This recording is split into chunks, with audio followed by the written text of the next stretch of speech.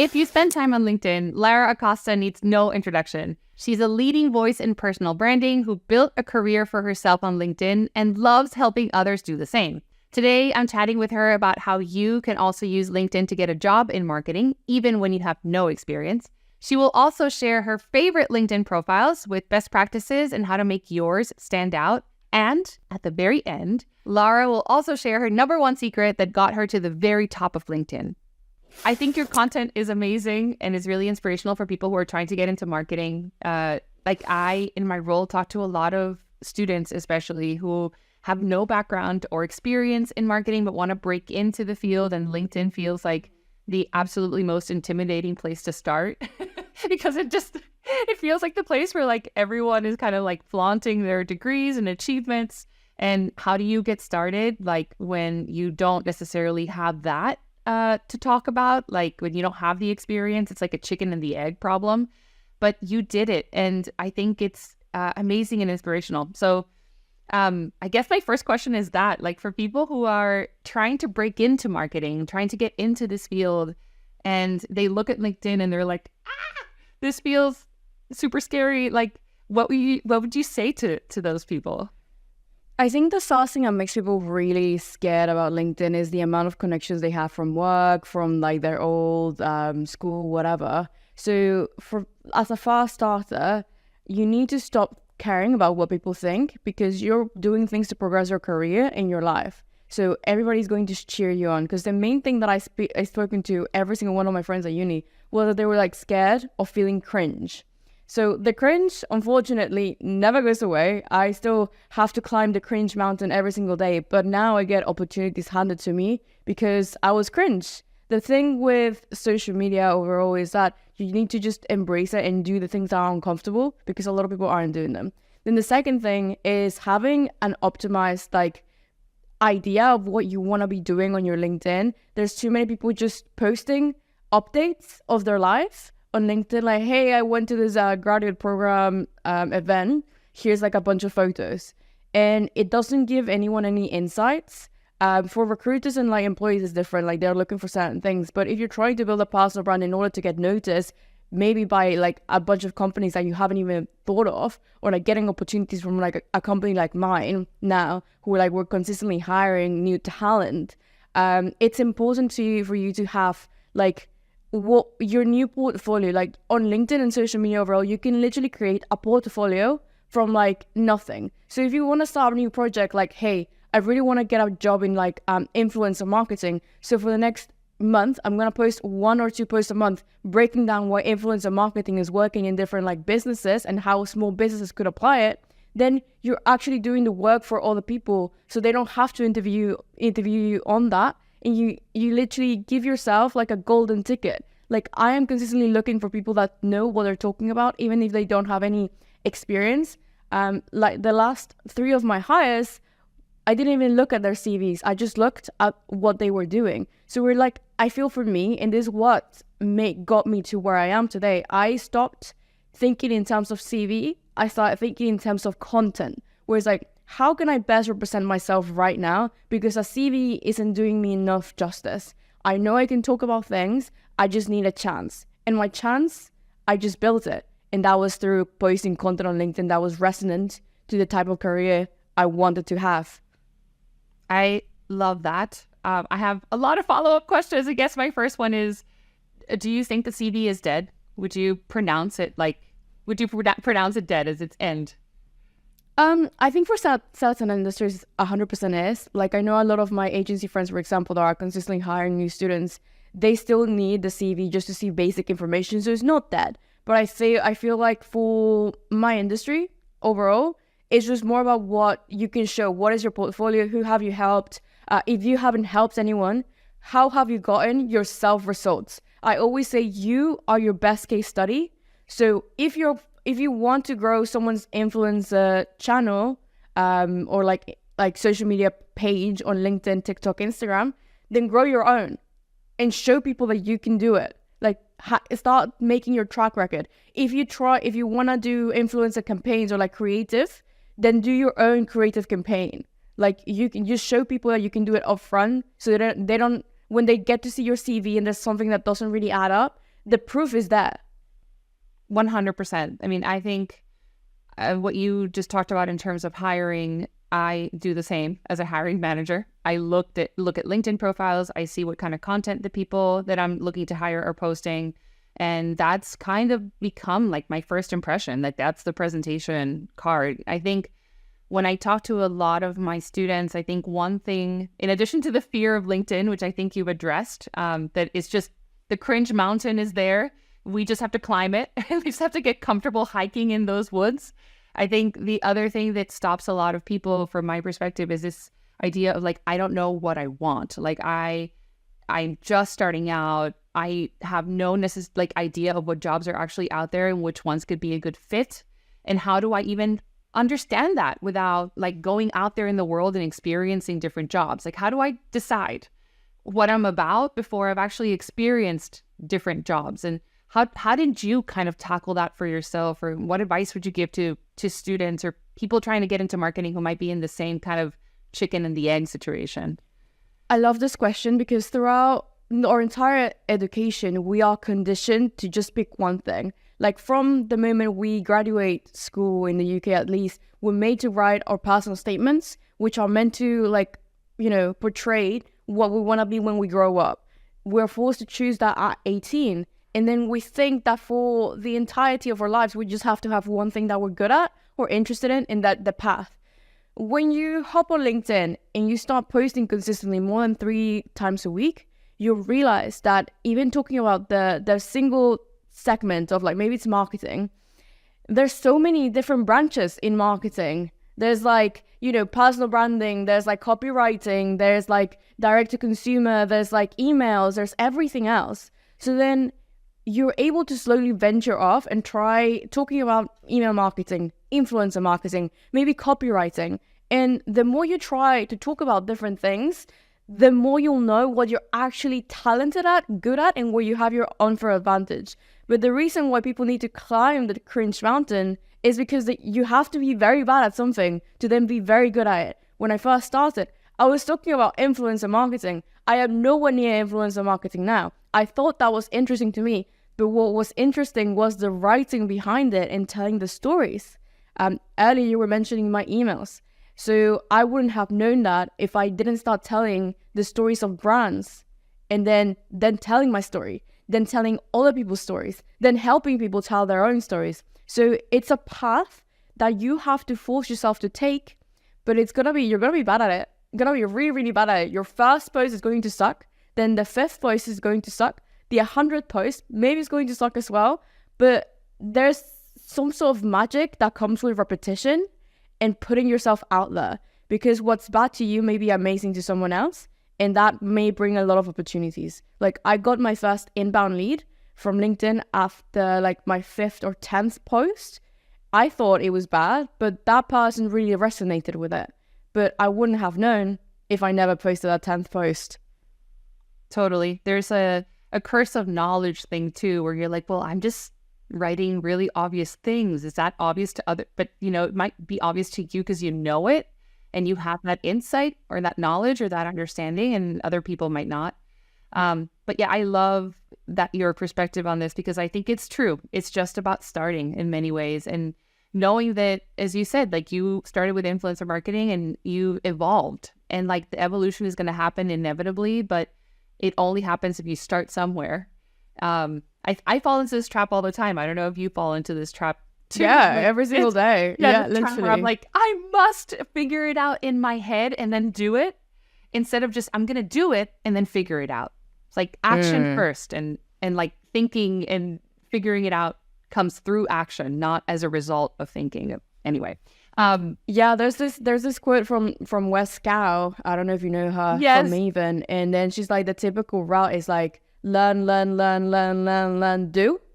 What the new way should be like is learn, do. Because like at school, again, we'd study for a whole semester, and then we take a class and then an exam, and then that's it. Then we never revisit that. But when you're building a personal brand, when you're becoming like your dream person, you have to learn the thing, then do it to make sure that you know it, then you can remember it and you can repeat it.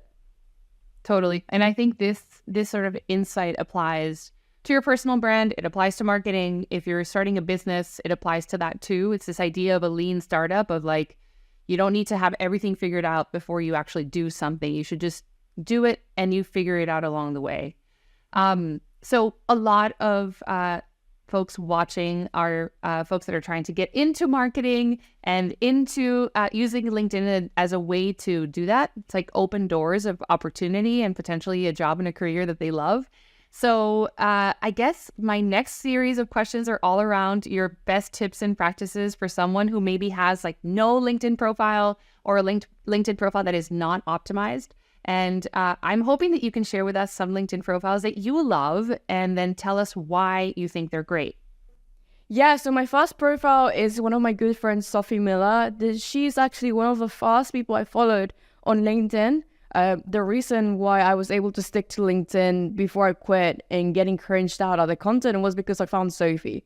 So Sophie's approach is very simple, very friendly, and it's not the overly corporate message that we consistently see on LinkedIn, which is probably why a lot of people, especially students, don't want to be on LinkedIn because they think they have to be boring. This is not boring. This is relevant to our generation. This is relevant to also people hiring our generation. And then like the photo, it's just not corporate whatsoever. So for me, I thought of showing you guys this because you don't need to be crystal like perfect. You don't need to be super clean. You don't need to be like massively corporate.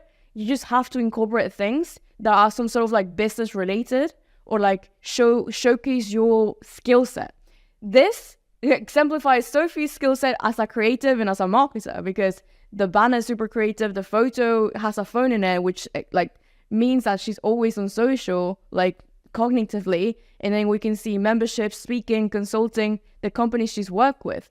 So the banner is amazing, but I wanted to pop into the headline. What I've noticed with recruiters that I've spoken to, I've been able to speak to a few, and they told me the one thing they look for, and it's not really the profile as much, is really the headline.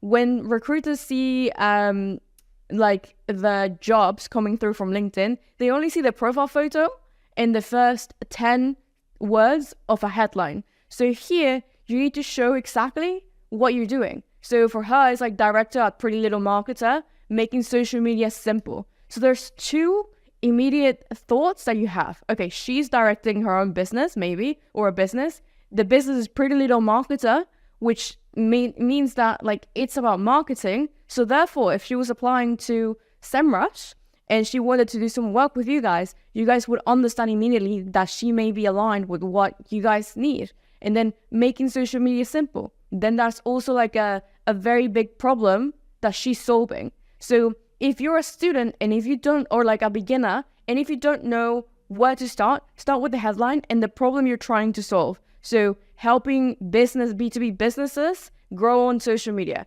helping other people become better productivity, like increase their productivity. Stuff like that makes the world of a difference. Then obviously the content comes like as a main thing, but I'm just going to leave it there with Sophie.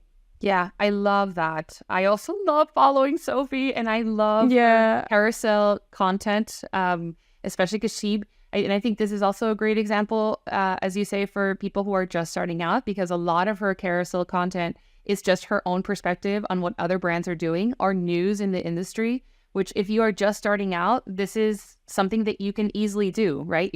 You have ideas, you have observations, you have a perspective on things. You don't need experience in order to post about those things. So yes, I absolutely love this example. Yeah, she's great. She's great. And the next person I want to show, his name is Joseph Rudd.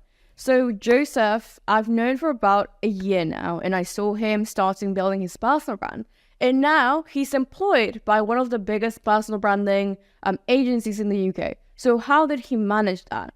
If we go to his profile, it's not anything out of the extraordinary. It looks very normal. So then how did he get this position so quickly at this company? There were two things. One, his profile, he was building his personal brand. So he was just talking about, like I said, like we were talking about, what he was up to. Like personal branding insights, tips and tricks, his personal story, how he could help businesses. He was breaking down other brands as well. So he was combining a different variety of things. I don't think it was mainly strategic. Personally, I think he was just trying things out and honestly exploring his curiosity. Like, what was he interested in talking about? There's a problem with beginners where you think that your strategy has to be crystal clear, perfect, and you can't really post about anything else beyond what you're being told to post. With this is, if you have one goal in mind, which is building something about marketing maybe, then all you have to do is talk about different things in that realm. So that's what he did. And he incorporated storytelling. And then now he's got this amazing job, which was really great to see. And the second thing he did, he was doing a lot of networking. So he was connecting with every single industry leader he could possibly connect. This is something a lot of people ignore when they go on LinkedIn. They either post and ghost, optimize the profile, post and ghost, or just never really make an effort to start building those relationships that may pay off in the future. So he went to a bunch of networking events, added all of these people on LinkedIn, connected with one person at this brand company that he's working at Kurobo.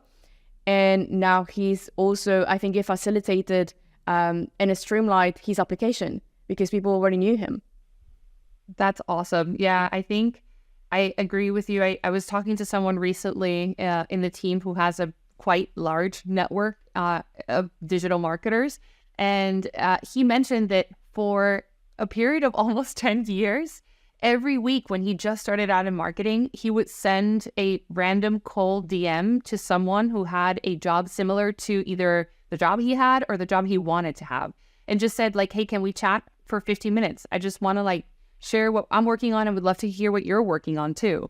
And he built his network like, DM by DM in that way. And so I totally agree. I mean, especially, I don't know how you feel about people reaching out to you. I know that at some point, like years ago, me, total fangirl, I sent you a message and I was like, I love your content. And you responded, which I thought was so kind. But there's a lot of kindness actually on LinkedIn for a network that I think is perceived as quite cold. I myself respond to a lot of people, especially like, marketers that are trying to get into the field. I love sharing my expertise and helping others, like, as they say, like call the elevator or bring the elevator down. What is that metaphor? So, I like it. That's nice. Yeah, I feel like LinkedIn is very, very friendly. People forget that the nature of LinkedIn is networking. Like that is its core value. So when people just naturally want to talk to others and learn, and for beginners or even advanced people, there should be less friction in trying to talk to new people. Like that's what you're there for. I try to think of LinkedIn as a massive networking event where you're showing up every single time and you're bringing your best outfit, right? Your best outfit is how you're optimizing your profile and how you're presenting your content. So if you want to look good, you have to wear your best outfit and bring out your best networking skills. Because if you go to a networking event and you're wearing the best outfit, but you're not talking to anyone, then there's not much point of you being there.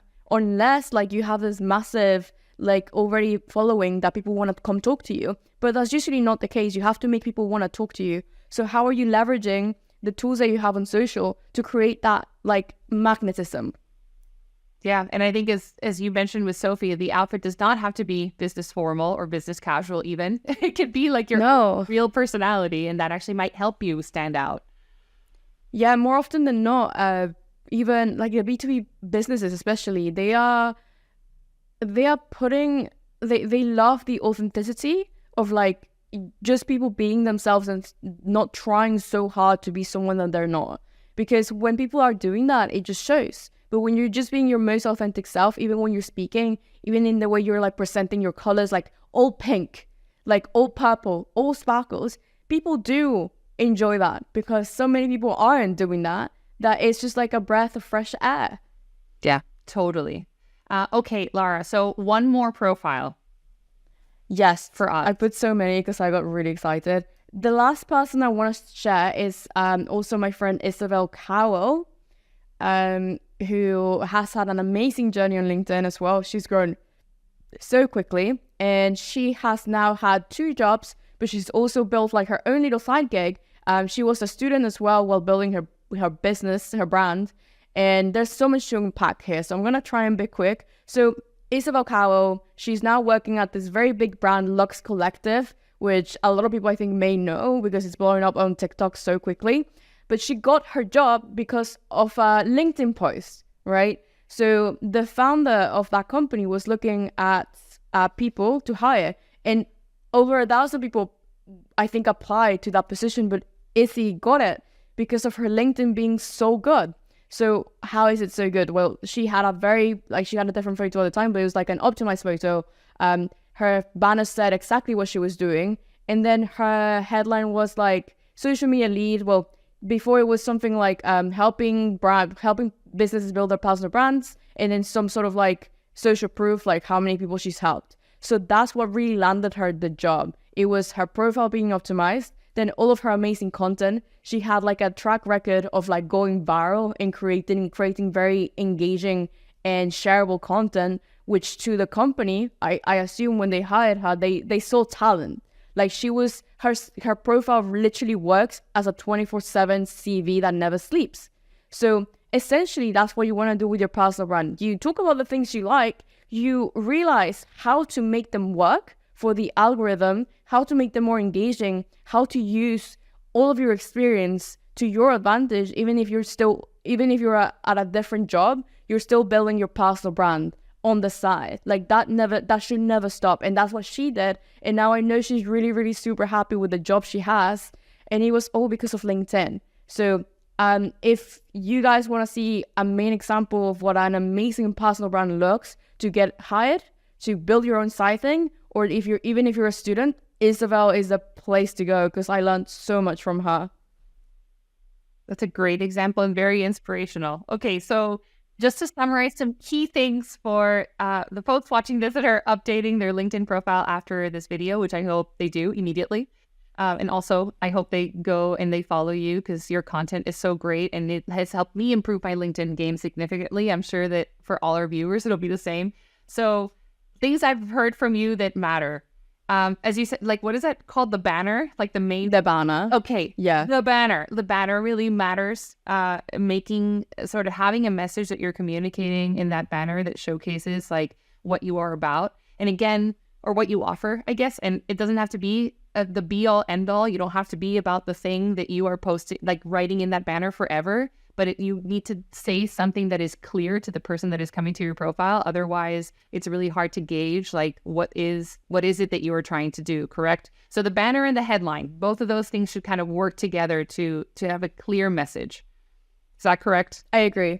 Yes. So the first two things for me is like the profile picture should be clean. Like that's a non-negotiable. So like if students don't, or anyone, if people don't have a clean headshot, they should really invest their time to take one because it is the first impression you make. The second thing is the headline. It should really address the problem you're solving or like what industry at least you're trying to get to, because recruiters only ever see the first two things. And even on the feed, that's the first two things you see plus the post. So it's a first impression that you need to make sure that you're making right. And then the banner, it is not as important to have like this massive message and like break your head trying to figure out what you're gonna say in your banner or like the design, and like it has to be super overly complicated because that's where people stop procrastinating and they stop trying. So as long as you have a clear banner with one or two main colors and then a simple phrase that just kind of summarizes what you're talking about on LinkedIn, even if you don't have any experience or like you're pivoting and shifting,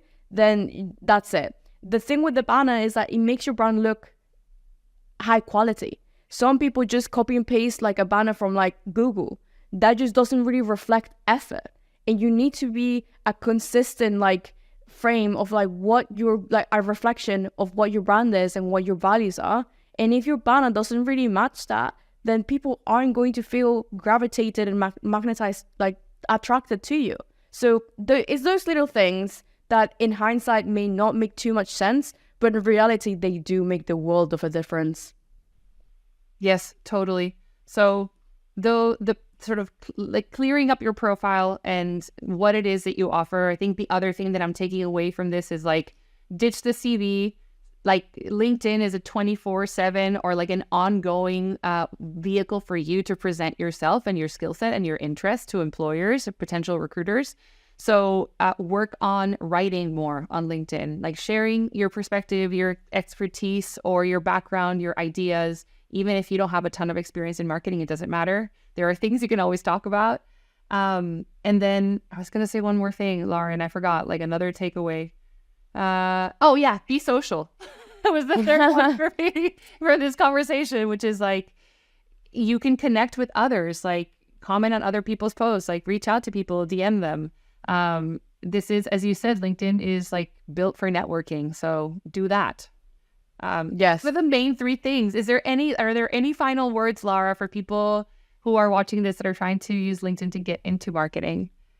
Yes, I will give you a secret hack that I used to network my way to the top 1%. And it was literally making a top 100 dream people list where I had massive influencers, my ideal clients, ideal connections. Sophie, Izzy, and Joseph were in that list, and now they're like my very like good friends. So they were on that list, and all I did was compile it and add it to it over time, obviously. And I was like, okay, how can I best reflect what they're looking for in a connection in my content? So then slowly, instead of just posting content that I thought would resonate, I just looked at their version of what good content looked like. And then I was like, okay, how can I replicate this as best as I can? So then they feel more attracted to me when I add them when I send them a connection. Because the main mistake people make is that they just add people randomly to increase their connection count, to increase their following count, and then to just do it. Because some people told them to add connections. This is the wrong mentality. If you want to grow a meaningful network that will push you forwards, you need to make the effort with your content. So how are you best presenting yourself? And how are you how are you going to attract the people that you want to be like, right? You post content like them that may be interesting to them. The second thing is you need to send personalized connection requests. I have over 14,000 outstanding connection requests, and the reason why I haven't accepted them was because the majority of them didn't have a personalized connection request, right?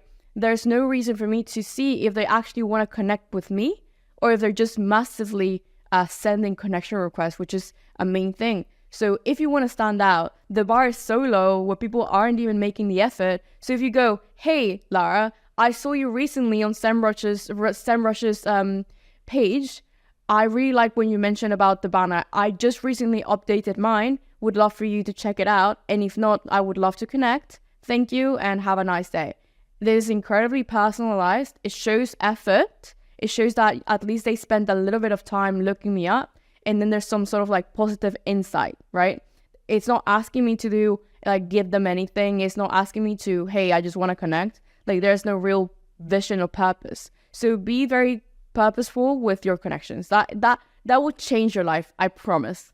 Yeah, that's such good advice, Laura. Okay. So, and like, if people want to learn more from you, of course, they should follow you on LinkedIn, and we will share the link to your profile below in the notes.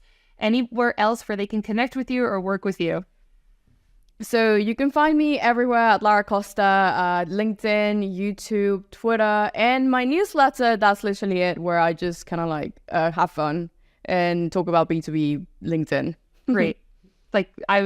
Before we started recording, I was mentioning that I love Lara's emails and her storytelling is just on point. So sign up for that as well. Okay. Thank you, Lara. So it was a pleasure. Thank you. Bye. Bye. To keep learning with Lara, you can find her on LinkedIn, where she posts awesome content. I've also added some helpful links to the bottom of this page. Hasta pronto.